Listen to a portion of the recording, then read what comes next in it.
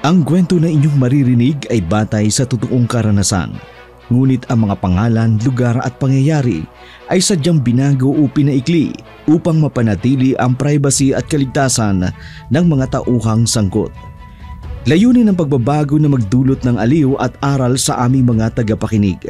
Wala po kaming hangaring magkaroon ng pagkakatulad sa totoong buhay, ang mga pangalan, lugar at pangyayari. At ang anumang pagkakatulad ay hindi sinasadya.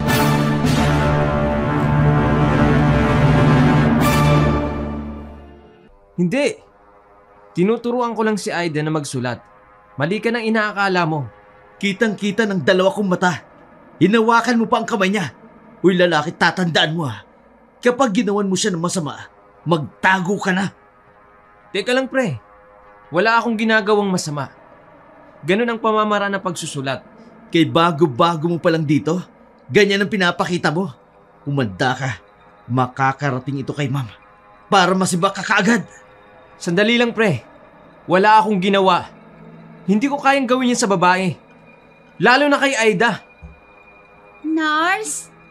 Teacher? Ano pong nangyayari? Binabastos ka nito Hindi po. Tuturo lang po si teacher. Aida, hindi ka ba naniniwala sa akin?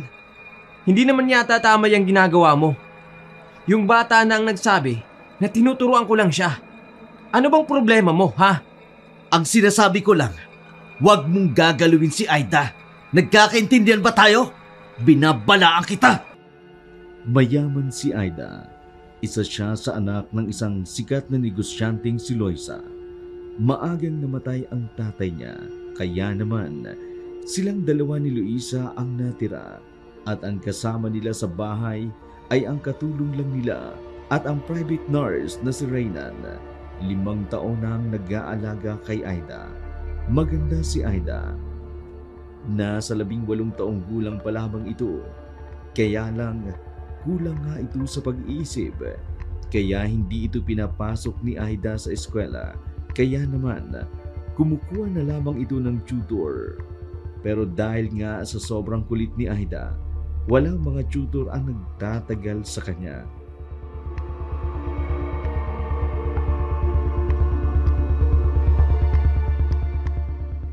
Ma'am, hindi daw po pala babalik si Ma'am Aika.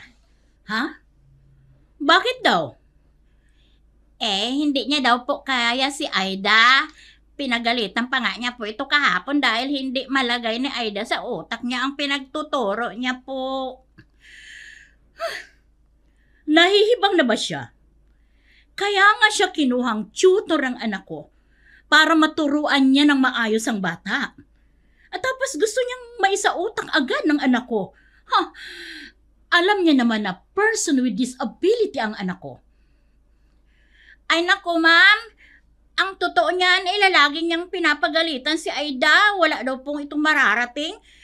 Bakit pa daw pinag-aaral? Kulang naman daw po sa pag-iisip. Ang kapal naman ng babae yan para sabihin niya sa anak ko. Susugurin ko talaga yan.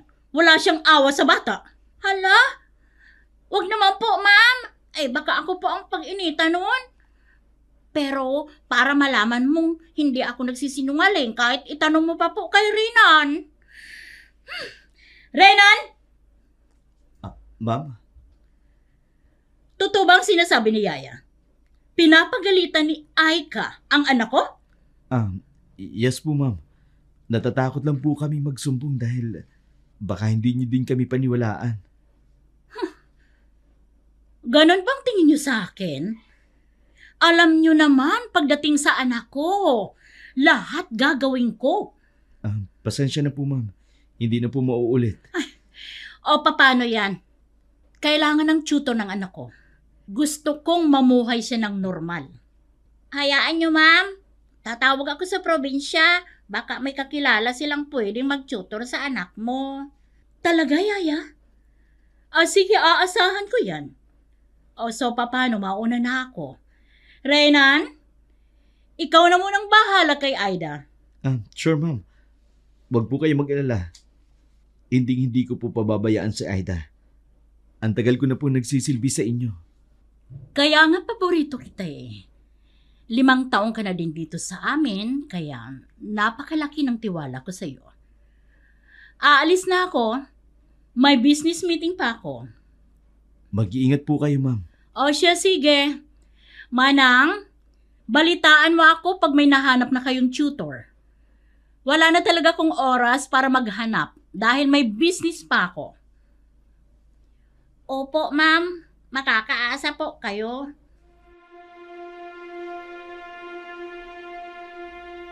Umalis na nga si Loisa dahil madami pa siyang kailangang tapusin sa opisina. Ang yaya naman nila ay busy sa paglilinis at pagluluto. Kaya naman, ang tanging kasama lamang ni Aida, ang matagal niya ng nurse na si Reynan. 5 taon na din siyang naninilbihan bilang nurse ni Aida. Umuuwi din naman ito sa kanila at pinapayagan naman siya ni Luisa kapag nagpapaalam siya. Nasa probinsya kasi ang bahay nila, kaya naman 1 buwan kapag nagbabakasyon siya. Nakita ni Reynan na naglalaro sa hardin si Aida, kaya naman agad niya itong nilapitan. Magaan din naman ang loob niya sa bata dahil matagal na siyang naninilbihan dito. Aida, anong ginagawa mo dyan? Nurse, ang ganda po kasi ng bulaklak. Gusto ko isa. Gusto mo yan? Pero ang sabi ng mama mo, hindi mo pwedeng pitasin ang mga bulaklak na yan. Pero gusto ko yan eh. Ang ganda-ganda kasi. Ganito na lang. Gusto mo maglaro tayo? Ano pong laro? Gusto mo ba yung tago-taguan? Talaga po? Tapos po, ikaw po taya? Sige, kung yan ang gusto mo. Sige po. Pikit po kayo. Tago ako. Sige, magbibilang ako ng 10. Dapat nakatago ka na. Opo. 1, 2, 3, 4. Asan na kaya si Aida? Siguro nandito. Ang galing magtago ni Aida. Nasaan na kaya yun? Baka nasa likod lang ng puno. Pupunta nga ako doon. Baka nandun siya. Bulaga! Ang daya-daya mo po eh. Daya-daya mo. Nakatingin ka po eh. Anong nakatingin ka talaga? Halika nga dito. Ay, bakit po? Dalaga ka na. Nung binabantayan kita, napakabata mo pa. Ano pong dalaga? Dalaga, yung magandang babae na. Yung pwede na mag-asawa. Ganon. Po? Ang sabi po ni Mama, bawal daw po asawa. Bata pa ako, sabi niya po eh. Tingnan mo. Malaki ka na. Ang kinis na ng balat mo. Ang bango-bango mo pa.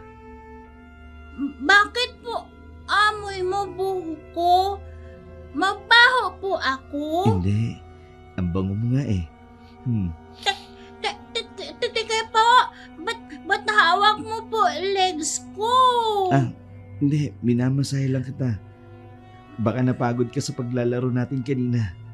Aida! Aida, kumain ka na muna. Nakahanda na ang pagkain. Ay, sige po, Yaya. Gutom na po ako. Susunod na kami, Yaya. O sige, sumunod na kayo Kakain na muna bago kayo maglaro ulit. Aida, Po? huwag mong sasabihin sa mami mo na minasahe kita, ha? Masarap naman po ang masahe niyo po eh. Bakit po bawal sabi kay Mama? Basta, huwag mong sasabihin sa mami mo, ha? Atin-atin lang to. Sige po, nurse. Promise ko po. Hindi ko sasabihin. Good girl. Tara na. Kain na tayo para makainom ka ng gamot mo. Yehey! Gutom na talaga ako.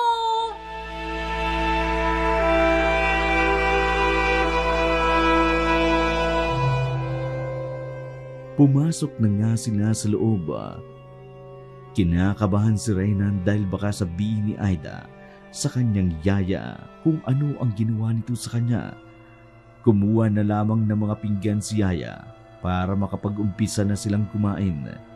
Hindi naman kasi pihikan si Loisa, kaya kahit sabay silang kumakain ng mga trabador niya, okay lamang sa kanya. Mas gusto nga niya para makabanding niya ang lahat at maging malapit ang loob sa anak niya. Umupo si Aida sa kahumarap sa lamesa. Takam na takam siya sa dami ng niluto ni Yaya. Meron pa nga ng paborito niyang dessert. Kaya naman, lumuha ang mata niya nang tiningnan ang mga ito. Wow! Yaya, my favorite! Ay, alam ko naman paborito mo yan. Kaya naman, yan ang niluto ko para sa'yo. Ay, sige na, kumain ka na ng madami para mapainom ka na ni Nurse Reyna ng gamot, ha? Opo, damihan ko po kain. Ang sarap-sarap po kasi, Yaya. Naku, ito talagang alaga ko. Ay, kahit anong gusto mo, lulutuin ko para sa'yo. Yay! Ini-spell mo na naman ang alaga mo, Manang. Hindi mo dapat ginagawa yun sa kanya. Hayaan mo na rin, Nan. Sa kadyan lang naman natutuwa ang bata eh. Hindi na siya bata. Isip niya lang ang bata. Pero malaki na siya.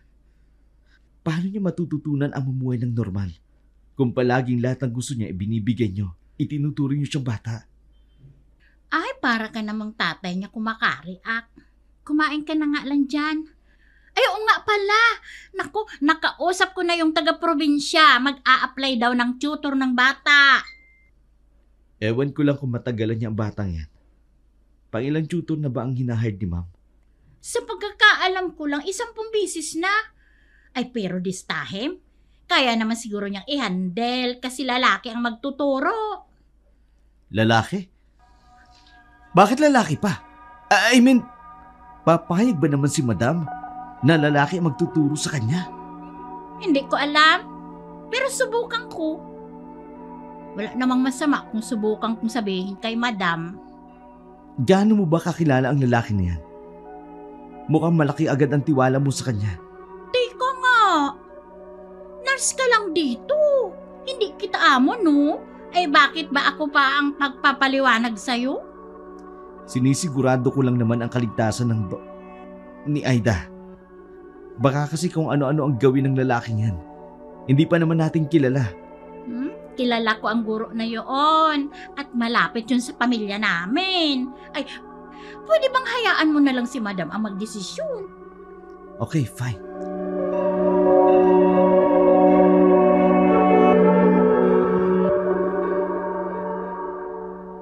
Yaya? Ano po nangyari kay Nurse Inon? Ay, pabayaan mo na yan, Bibi. Kumain ka na lang dyan ng marami, ha? Huwag kang magpapagutom para maging malakas ka. Opo, Yaya. Yaya, masahe mo ako. Bakit masama ba katawan mo? Di po. Gusto ko lang po masahe dito, dito sa may paanan ko. Pagod kasi, galing laro eh. Ay, ganun ba? O sige, pero mamaya na ha, dahil madami pa ang gagawin ko. Ay baka biglang dumating ang mami mo, ay kailangan ko muna maglinis ng bahay, saka maglalaba pa ako. Opo, Yaya. Lamat po. Ay, ikaw pa ba?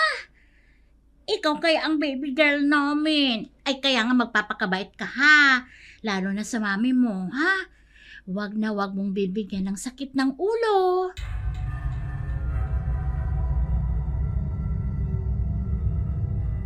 Tingin tago lang ni Aida ang sinasagot niya sa yaya niya.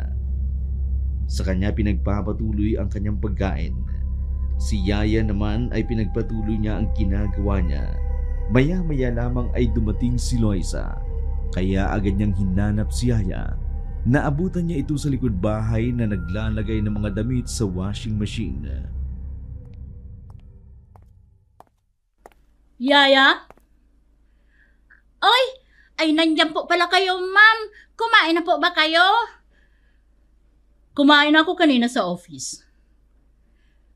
Kumusta pala ang sinasabi mo sa akin? Nakahanap ka na ba? Ay, oo, ma'am. Kakilala lang po namin sa probinsya. Matagal ko nang kilala ang batang yun, kaya mapagkakatiwalaan yun. Ganon ba? Babae ba? Ay, pasensya na, ma'am. Pero lalaki po kasi ang guro na yun. Wala kasi akong mahanap na babae. Ayos lang. Andito naman kayo para bantayan ng anak ko. Saka, gaya ng sabi mo, kilala mo naman yun, di ba? Ay, oo po, ma'am. Katunayan, lumaki din yun sa akin nung bata pa yun eh. Nagsumikap siya mag-aral at makapagtapos. Good then. Papuntahin mo kamo siya dito. Gusto ko agad siyang makausap at ma-interview. Kahit padalhin mo na din siya ng mga damit niya. Ipapaayos ko lang ang magiging kwarto niya. Talaga po, ma'am? Ay, ibig sabihin, ma'am, hired na po siya? Sayang naman ang iluluwas niya dito. Galing pa ng probinsya. Kung hindi ko naman siya kukunin. Saka, sagot mo naman yun. May tiwala ako sa iyo, Yaya. Kaya sana, huwag mong putulin yun. Ay, oo naman, ma'am. Hindi ka magsisisi. Kailangan ko pa siyang makausap. Kung maaari bukas, makaluwas na siya at makapagsimula na sa susunod na araw. Ay, sige po, ma'am. Tatawagin ko po siya ngayon. Si Aida, nasaan? Nasa labas yata ng hardin. Naglalaro siguro sila ni Nurse Renan. Ganon ba? O sige, magpapahinga muna ako. Balitaan mo na lang ako kung makakaluwas agad ang tutor ni Aida. Kailangan lang talaga na may magtuturo sa kanya. Malaki na siya at nasa tamang edad na. Ayaw ko namang isipin na iba siya. Makakaasa kayo, ma'am. Mauna na ako. Ay, kailangan ko nang tawagan si Lloyd para sa magandang balita. Ay, sigurado ako matutuwa yun.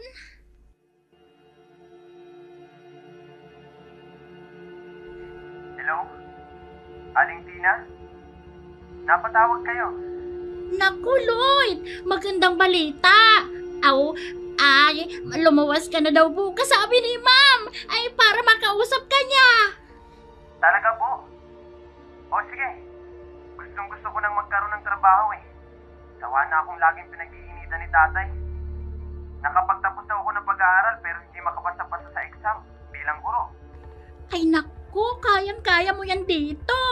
Ay, malaki papasahod ni madam, kaya igo mo na ito. Salamat po, Aling Tina. The best ka talaga. Buti ka pa, naiintindihan mo ko. Walang ano man, ikaw pa ba? Sige na, Aling Tina. Magkaayos na ako para maaga akong makapagbiyahe bukas. O sige. Ay, salamat Mag-iingat ka, iho. Ay, buti na lang at magkakaroon na ng bagong tutor si Aida. Ay, kawawa naman ang bata. Ay, pupuntahan ko na nga muna yun. Baka gusto nang magmerienda nun. Ay, teka. Ay, anong ginagawa ni Nurse Renan? Ay, nakakakiliti naman pumasahe niyo, Nurse Renan. Sarap po. Ganun talaga ang masahe, Aida. Masarap nga eh.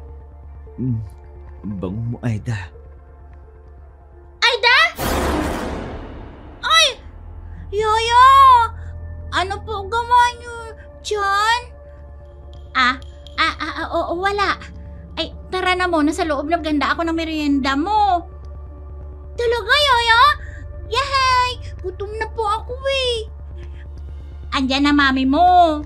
Hindi siya nakadaan dito dahil kailangan niyang magpahinga. Okay lang po, Yaya. Dito naman si Nurse eh.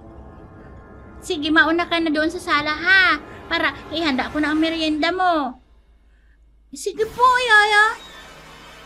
Ay, anong ginagawa mo sa bata? What? Wala naman akong ginagawa. Eh, bakit ganon kung haplusin mo ang bata? Look, alam ko ang trabaho ko. Ang tawag doon, exercise sa muscle niya. Nakakatulong yon para mag-isip siya na maayos. Naiintindihan mo ba yun? Paano mo nga ba naman maintindihan? Yaya ka lang. Trabaho namin yun. Kaya pwede ba, trabaho mo rin ang atupagin mo.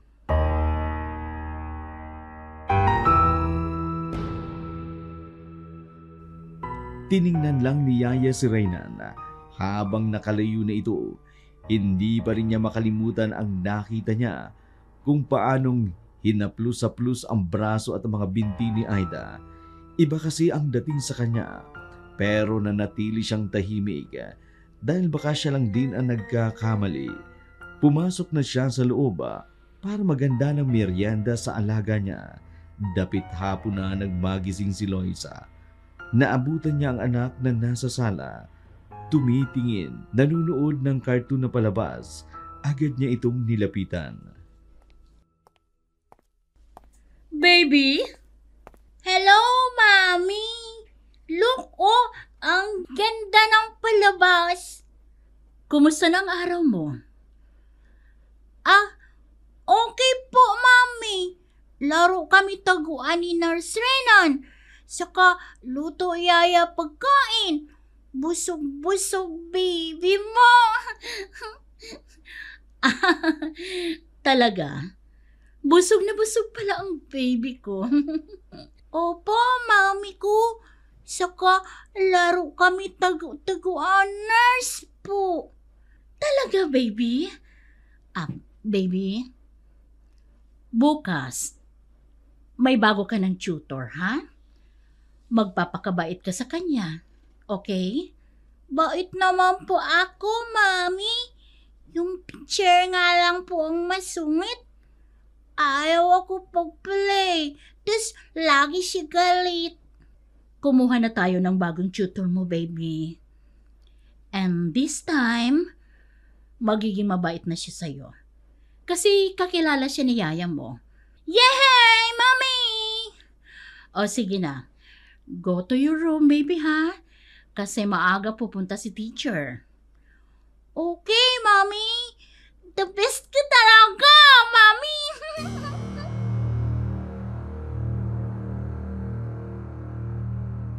Pumanik na nga si Aida sa kwarto niya para makapagpahinga.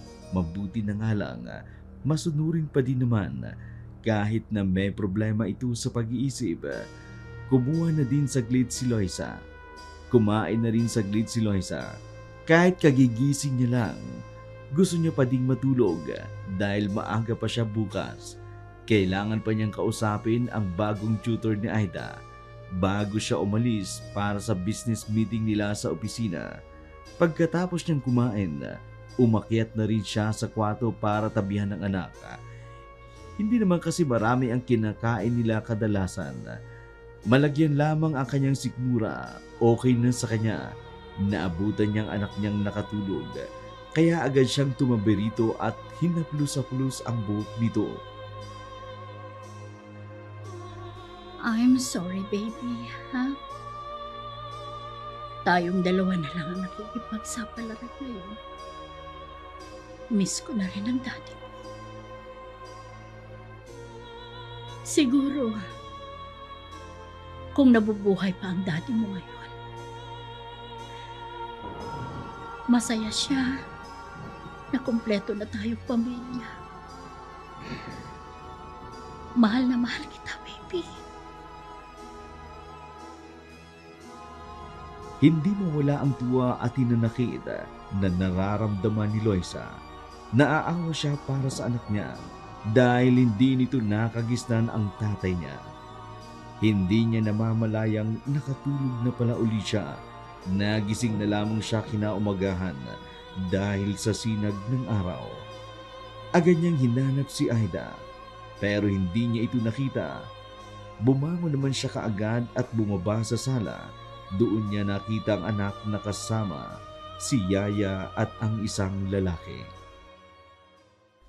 Ay, andyan na po pala kayo, ma'am. Ay, ma'am, siya nga po pala si Lloyd. Siya yung sinasabi ko sa inyo. Ay, maaga siyang nakarating kanina. Ay, tapos, sakto na nagugutom si Aida. Ay, kaya naman po, pinakilala ko na maging tutor niya. Ganun ba? Pagkainin mo muna si Aida. Kakausapin ko lang si... Lloyd po, ma'am. yes, Lloyd. Oh, okay, ma'am. Ay, tara, Aida. Kain muna tayo. Nagluto ako ng masarap na pagkain. Talaga, Yaya! Yay! So, Lloyd, right? Anong natapos mo? AB English, ma'am. Bakit hindi ka nag-teacher kung ganon?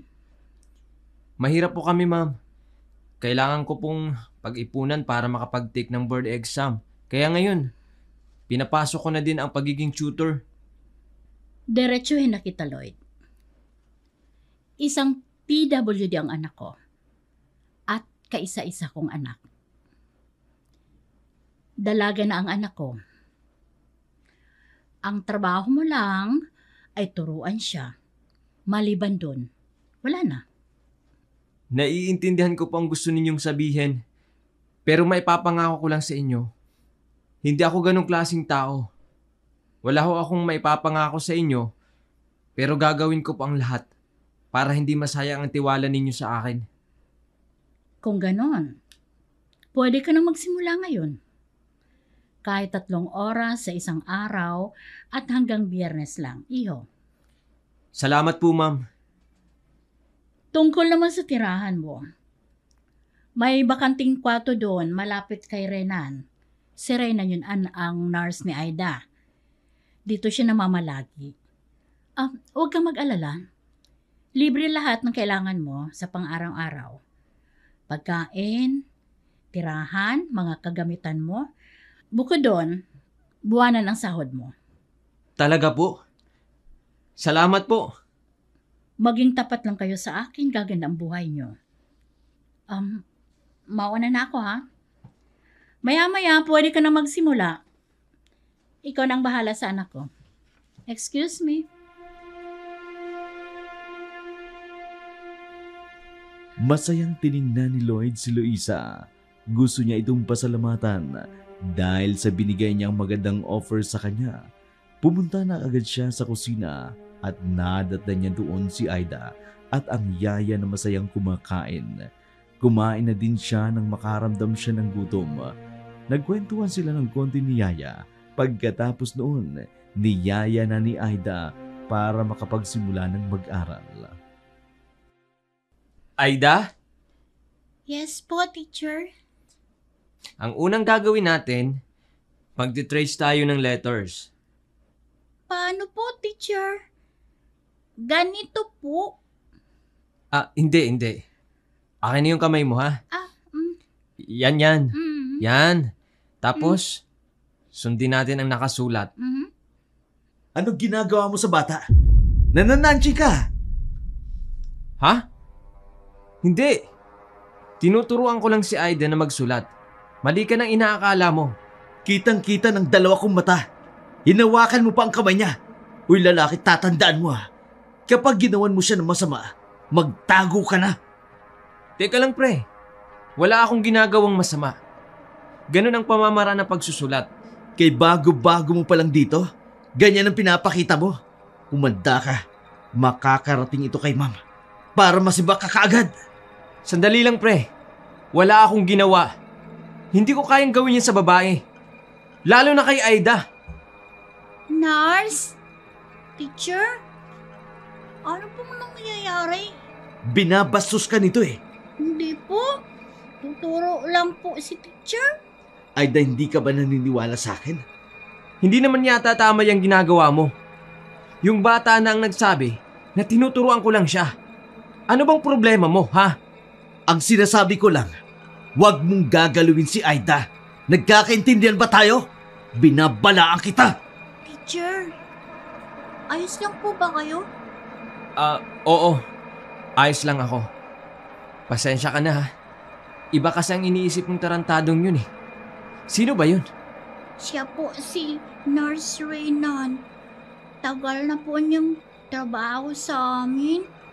Tapos, palagi niya po akong minamassage dito po, dito. Ano? Sa hita mo? Alam ba ng mami mo to? Di ko po sabi kay Mami. Sabi kasi Nurse Reynan, bawal sabi. Kahit kanino. Dahil sa amin lang daw po yun. Ganun ba? Anak ng... Ako pang sinabihan ng nanananching? Samantalang siya naman ang may ginagawa. Teacher, tapos na po ba tayo? Pagod na po ako eh. Okay. Sige. Bukas na natin ipagpapatuloy ha. Basta bukas, tuturuan naman kitang magbasa. Ayos lang ba? Ayos na ayos po. O sige. Maglaro ka na muna ha. Magpapahinga lang si teacher.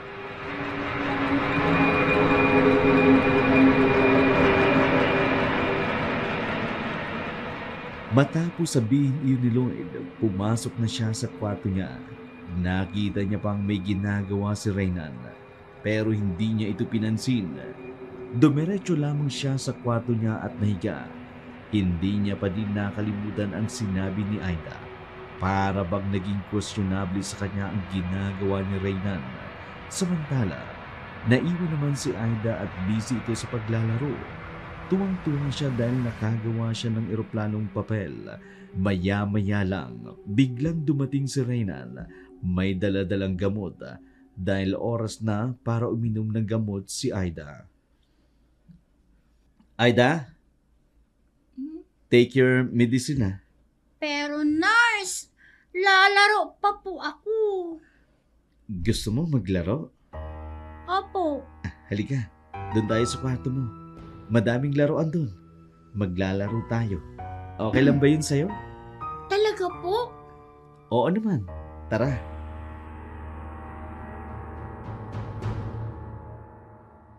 Hinawakan ni Reynan si Aida sa kamay.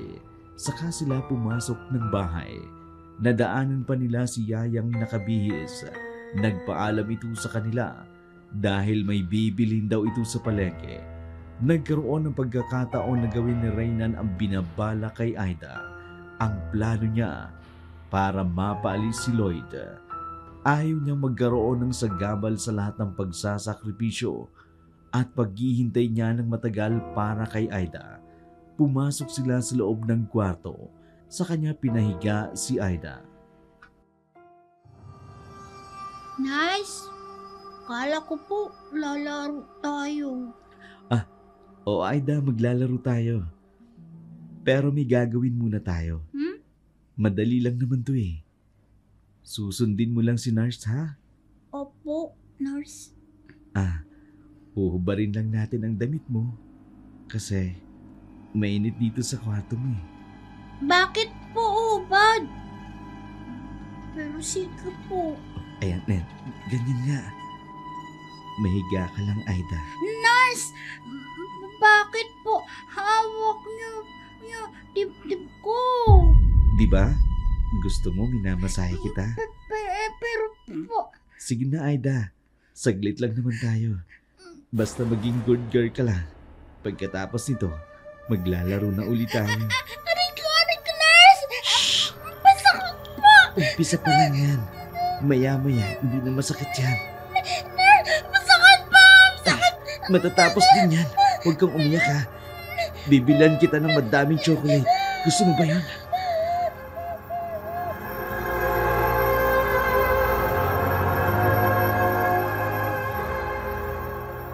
Nagawa ni Reynan ang pangahalay kay Aida. Matapos niyang gawin iyon, pinatahan niya muna si Aida. Iyak ito ng iyak, kaya naman nagpaalam muna si Reynan kay Aida. Saka siya nagmadaling pinuntahan si Lloyd. Alam niya sa mga oras na yun ay darating si Luisa. Kaya naman pinapunta niya agad si Lloyd sa kwarto ni Aida. Yun ang plano niya. Ang makuha si Aida at mapagbintangan si Lloyd. Hoy Lloyd! Lumabas ka dyan! Bakit ba? Tapos na yung trabaho ko. Nagpapahinga yung tao. Hinahanap ka ni Aida. Bakit daw? Ewan ko kung anong pinakain mo doon. Ikaw ang hinahanap. Nasaan siya? Ano ba? Tanong ka ng tanong. Puntahan mo na lang yung bata. Maya-maya andito na si ma'am. Pag yun umiyak, lagot ka talaga kay ma'am. Oo. Pupuntahan ko na. Bilisan mo. Pabagal-bagal pa eh. Tingnan ko lang kung magtatagal ka pa ditong lalaki ka. Sa sobrang sayang nararamdaman ni Reynan dahil sa mga plano niya, natitiyak niyang tama ang ginagawa niya. Ayaw nitong may kahati kay Aida. Samantala, nagmamadali namang pumunta si Lloyd sa kwarto ni Aida. Nasa labas pa lang ito at rinig niya na ang iyak ng dalaga. Kaya agad niyang binuksan ang pintuan. Tumambad sa kanya si Aida na nakahiga habang umiiyak at may dugo sa kanyang suot na short. Kumalat pa ito sa kama niya. Dali-dali siyang lumapit dito.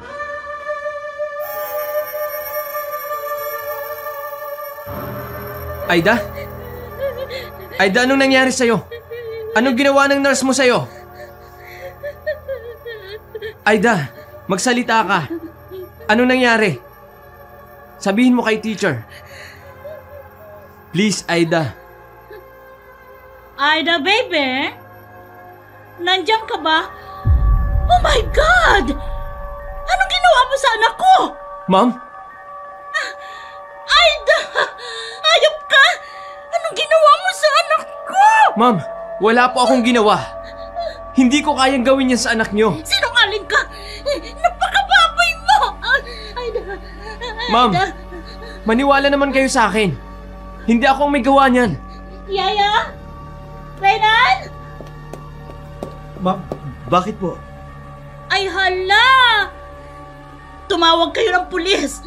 Ipapakulong ko ang lalaking yan!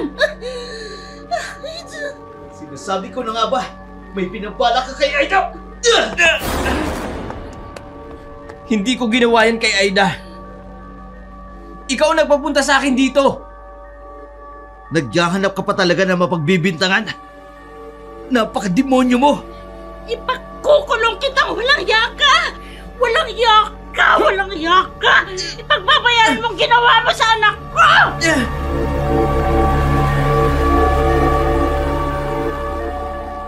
Dali-daling dinala ni Loisa ang anak niya sa ospital. Hindi ito nagsalita at umiiyak lamang ito habang si Lloyd naman kinuha ng mga pulis. Matapos kasi ng pangyayari, agad na tumawag ng pulis si Reynan para mahuli si Lloyd. Natuwa naman si Reynan sa ginawa niya dahil bukod sa nakuha niya ang babaeng matagal niya nang gusto, nakulong pa ang lalaking muntik nang umagaw sa kanya kay Aida. Lumipas ang mga araw. Nakalabas na ng ospital si Aida pero nananatiling hindi ito nagsasalita. Lagi lamang itong tulala. Ma'am, baka naman kasi nagkakamali lang tayo, ma'am. Matagal ko na pong kilala si Lloyd at hindi na magagawa ang gumahasa. Huwag mo nang ipagtanggol ang lalaking yun, Yaya. Kung ayaw mong madamay ka. Sige, madadamay ka pa, pinatuloy mo pa yan.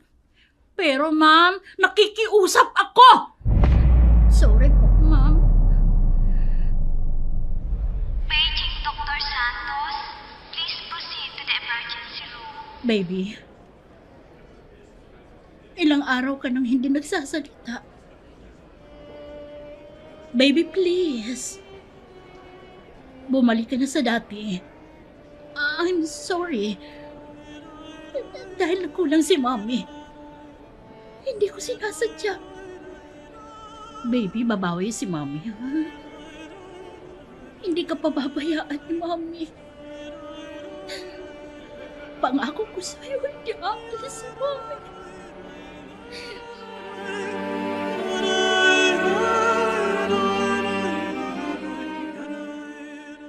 Kailangan mag-witness ang bata dahil kung hindi, baka ma-close ang kaso at mapalaya ang kriminal. Ano?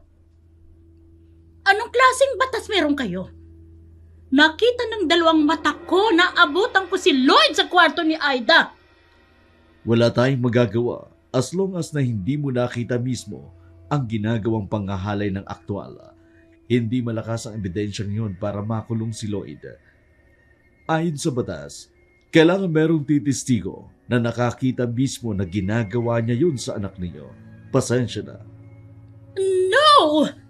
Hindi pwede hindi mabigyan ng hustisya ang ginawa sa anak ko! Hindi pwede!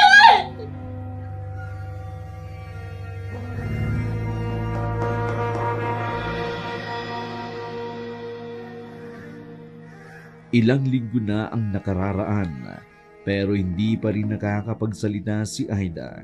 Lungkot at ngalit ang nararamdaman ni Luisa. Gusto niyang sisihin ang sarili niya dahil napabayaan niya ang anak para sa kanya. Hindi niya dapat ipinagkatiwala ang anak niya sa ibang tao na hindi niya masyadong kilala. Nanatili pa din si Reynan sa bahay ni Luisa at pinapainom pa din ng gamot si Aida. Isang araw, habang tulog sina Aida at Luisa, ay maagang gumising si Yaya para magluto. May narinig siya sa likod na parang umuungol. Nakarinig din siya ng kalabog, kaya naman agad niya itong pinuntahan. Nakita niya si Reynan na nag-aanyong aswang. Si Reynan? Nagbagong anyo? Aswang! Aswang! Ay, kailangan malaman ito ni Madam. Ay, Diyos ko, bakit naging aswang si Reynan? Dali-daling pumasok sa loob si Yaya at nagkunwaring may ginagawa. Natakot na din siya nang makita niyang naging aswang si Reynan. Kaya naman, hindi siya dapat magpahalata dahil baka kung anong gawin sa kanya, lalo na't may galit sa kanya ang binata. Maya-maya lang, bumaba na mag-ina, kaya agad itong sinalubong ni Yaya.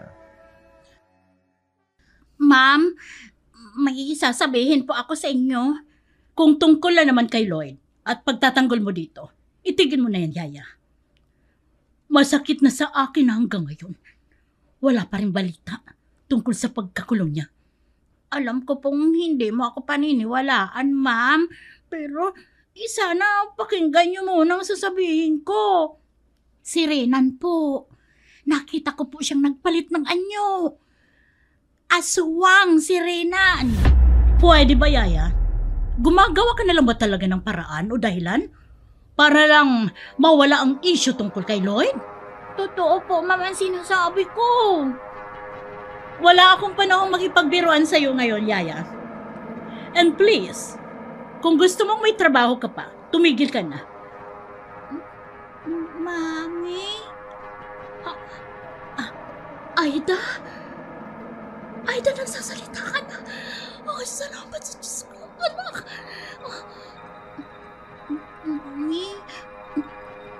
Sakit po katawang ko.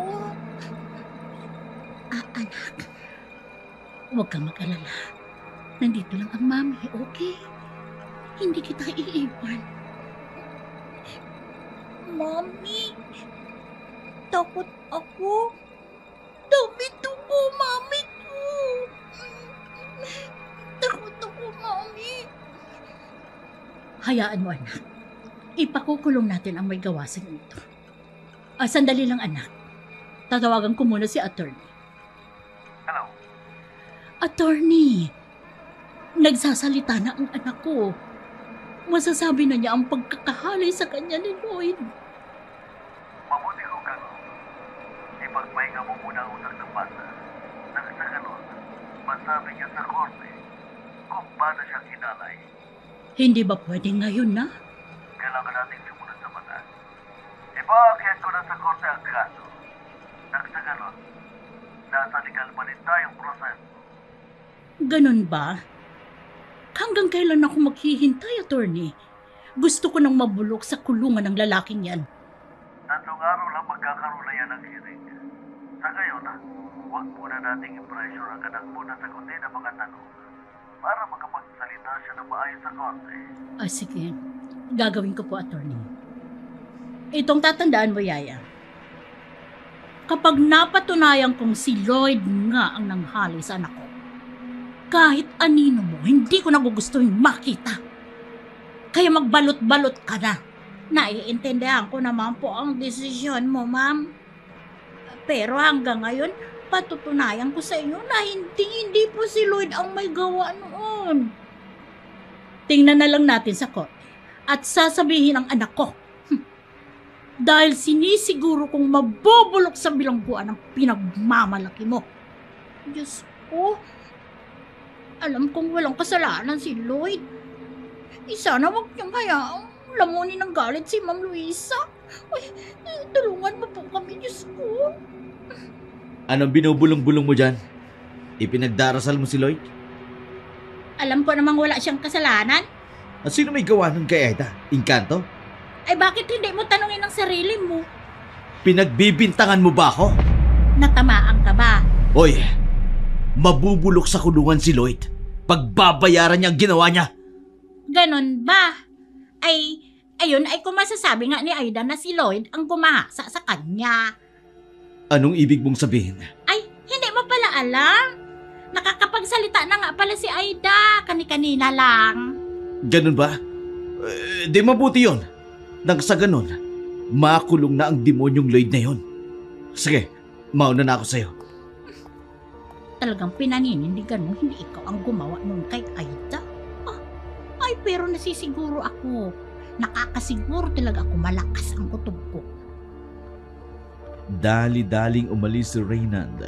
Hindi niya alam ang gagawin niya. Natakot siya na baka magsalita ang bata. Pero pagkalipas ng ilang araw, hindi naman siya sinugod ni Luisa. Kaya nakasisiguro siyang hindi nagsalita si Aida ng kahit ano dito. Laking pasasalamat niya kahit tumutulo ang pawis niya dahil sa kaba. Hanggang dumating ang araw ng hearing nila. Noong una ayaw pang sumama ni Reynan. Pero nang kalaunan, napasama na din siyang pumunta sa hearing. Malaki ang kumpiyansa niyang hindi magsasalita si Aida o baka nakalimot ito sa kahayupang ginawa niya. Madami pang tao ang dumating. Pinaupo si Aida sa harap para magsalaysay ng mga nangyari. Aida, ayos ka lang ba ngayon? Wala bang masakit sa'yo? Ayos naman po. Ganun ba? Lusog-lusog ko nga po eh. Ang bait mo namang bata. Kaya mo bang sabihin o isalaysay ang nangyari noon? Noon po? Ano po yun? Naalala mo ba nung nakaramdam ka ng sakit at hirap? Yung may dumaloy na dugo sa hita mo? Dugo po? Kailan po? Mami! Ano po nangyari, Tala. Mami? Di ba, sandali, di ba gusto mo ng ice cream? Sa kalaruan? Laruan po. Saka ice cream? Di ba gusto mo yun? Ayaw ko na po ng ice cream sa kalaruan. Bakit? Ang sabi ng mami mo, paborito mo daw ang ice cream. Hindi naman bigay sa akin si nurse eh. Nurse? Opo. Nurse Reynang ko po. Sabi niya, bili niya ako ice cream at maglalaro kami. Pagkatapos namin gawin, papagawa niya. Ano? Nagkaroon ng tensyon ang pahayag ni Aida, pati si Luisa. Naguluhan din sa sinasabi ng anak. Si Yaya naman na nandoon, nakaupo lang kay Lloyd na naghihintay lang din ng sasabihin ni Aida. Samantala, takot at pangamba ang nararamdaman ni Reyna ng mga oras na yun. Nanginginig na rin ang mga kamay niya. Pero alam niyang hindi siya makalulusot kung sakali mang tataka siya. Kaya bahagya siya nag-isip ng paraan. Samantala, muling tinanong ni Attorney si Aida na nakatingala lang at nilalaro ang kanyang mga daliri sa kamay.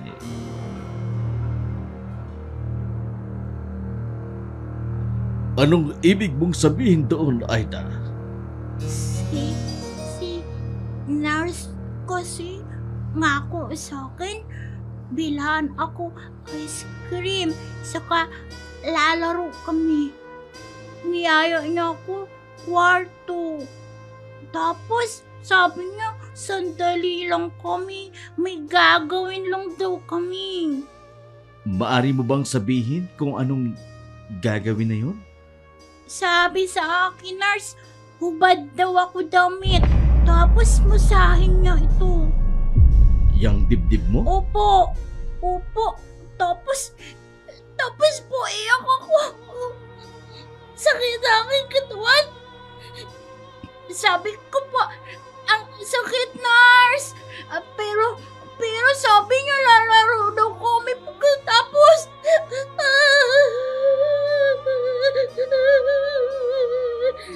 Hayop ka, Reynan! Hayop ka! Ma'am, tama na po. Lalo pang nagulo ang tensyon sa mga sinabing iyon ni Aida. Habang si Reyna naman, namumutil ang pawis na bumubuhos sa kanyang muka dahil sa takot sa mga sinabi ni Aida. Pagkatapos, anong nangyari? Iwan niya ako. Hindi ako kagalaw kasi sakit katawan ko. Tapos, bigla dating Teacher Lloyd, patahan niya ako. May ginawa din ba si Teacher Lloyd sa'yo? I mean, gaya ng ginawa ng Nurse Reyna na yun sa'yo? Wala po. Wala ginawa sa akin si Teacher Lloyd. Bakit po si Teacher sa akin? Lagi na ako turuan magsulat, magbasa. Si Nurse Reyna po, halimaw po yan. Sama siya. Your Honor, malinaw po ang pahayag ni Aida ang nangyari sa kanya nung araw na yun. At malinaw na hindi si Lloyd ang nagkasala at gumawa ng kahalayan sa bata. Mama, wala akong kasalanan. Hayop ka! Hayop ka! Pinagkatiwalaan kita! Ilang taon na pagtatrabaho mo sa amin! Pero ganito lang igaganti mo? Napagkababoy mo! Ang baboy-baboy mo! Mabulok ka sa kulungan na demonyo ka! Nagsisinungaling lang si Aida. Baka hindi ako nakita niya. Si Lloyd, siya lang naman may kayang gumawa sa anak mo. Sinungaling ka! Anong nangyayari sa kanya? Aswang! Ako nga ang may gawa nung kay Aida. Gusto ko si Aida at mahal ko siya at paninindigan ko ang ginawa ko sa kanya. Isa kang halimaw! Alam mo may diferensya ang anak ko! Pero anong ginawa mo sa kanya? Bitawan mo ako! Bitawan mo ang mami ko! Sige, lumapit kayo. Kung hindi, papatayin ko ang babaeng ito. Wala kang utang na loob! Pinakain kita, binihisang kita, binuhay kita ng ilang panahon, pero ito lang ang igaganti mo sa akin! Sa amin! Bakit? Pinaghirapan ko naman ang trabaho ko sa'yo, di ba? Kasalanan ko bang sintu-sinto ang anak mo at madali lang mauto? Napakawalang hiya mo! Bitiwan mo ako! Bitiwan mo ako! Bitiwan mo si Madam! Ano? Magpapakabayani ka? Matapos matanggal ang hatol sa'yo? Alam mo! At alam ng Diyos na wala akong kasalanan! Huwag mo nang dagdagan pa ang kasalanan mo! Sumuko ka na, Reynan! Para ano? Para mabulok sa kulungan? Hindi na! Makulong man ako. Pero papatayin ko muna si Luisa! Wag! Ayos ka lang ba, Madam? Diyan ka na muna. Samahan mo si Aida. Ako nang bahala dito! Magpapakabayani ka talaga, no? Wala nga magawa yung tarantadong pulis na yan. Ikaw pa? Sige! Iputok nyo! Nakikiusap ako ng maayos. Itigil mo na to, Reynan! Ako ang dapat na pakinggan nyo! Umalis kayo sa daraanan ko! Kung ganon, bibigyan kita ng laban! Lloyd! Talaga lang ha? Siguraduhin mo mananalo ka dahil kung hindi, Ubos kayong lahat na naririto! Ewan sa'yo!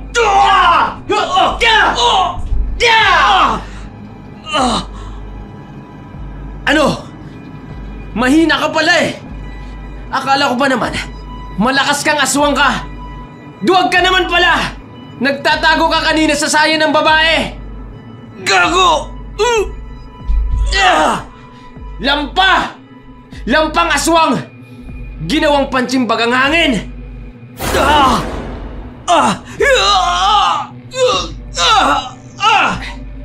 Ano? Ha? Aray ko! Tama na! Ang kamay ko ang sakit! Sa susunod, ilugar mo ang kayabangan mo. Lalo na ang pagkamanyakis mo! Sir! Ikulong niyo na yan! May araw ka rin sa akin! Mabubulo ka muna sa bilangguan. Huwag kang mag-alala. Hihintayin ko ang paglabas mo. Para sa labas mismo kita papatayin. Dalhin niyo na ho yan, sir. Ma'am, ayos lang ho ba kayo? Ayos lang ako. Salamat, Lloyd. Sana patawarin mo ako dahil napagbintangan kita. Wala na sa akin yun. Ang mahalaga, nahuli na ang totoong may sala. Hindi ko alam kung paano kita pasasalamatan sa pagligtas mo sa akin ngayon. Yaya, patawad at hindi kita pinakinggan. Inuna ko kasing nararamdaman ko. Ayos lang ho, ma'am. Hindi naman natin alam na mangyayari to eh. Nagkataon lang na may isang reyna na masamang tao. Aswang pala. Lloyd, paano ba ako makakabawi sa'yo? Ayos na ho sa akin na ako pa rin ang magiging tutor ni Aida. Oo naman. Aida, baby? Bakit po, mami? Uwi na po tayo. Gutom na ako. Oo, uuwi na tayo, anak. Pero gusto mo bang maging teacher pa din si Lloyd? Oo naman po, mami. Bait-bait kasi ni Teacher Lloyd. Tapos, hindi siya tulad ni teacher noon. Lagi akong pagalitan. Simula ngayon, wala nang mananakit sa'yo. Nandito lang palagi si Mami, si Yaya, at si teacher mo. Pero, mami, anong nangyari kanina? Kita ko monster. Yun ba, anak? Opo, mami. Kita ko Nurse Reynan naging monster. Oo, kasi masamang tao si nurse mo. Kaya naging isang monster. Di ba ayaw mo sa monster? Opo, mami. Takot ako sa monster. Kain sila tao tulad zombie. Ganon nga, anak. Kaya iwasan mo ang mga monster, ha?